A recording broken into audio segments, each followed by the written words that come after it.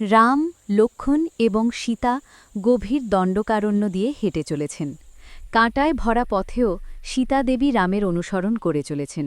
মুখে কোনো অভিযোগ নেই, শুধু রামের দিকে স্থির দৃষ্টি।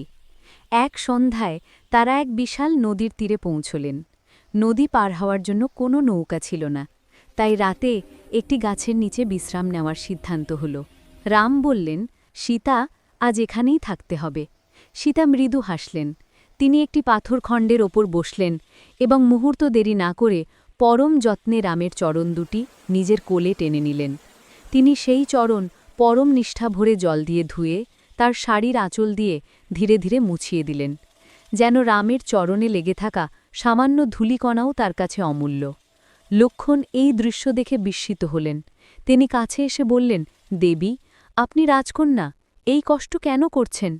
সীতা একটি মুহূর্তও না ভেবে উত্তর দিলেন, আর্যপুত্র রাম আমার স্বামী নন, উনি আমার আরাধ্য দেবতা।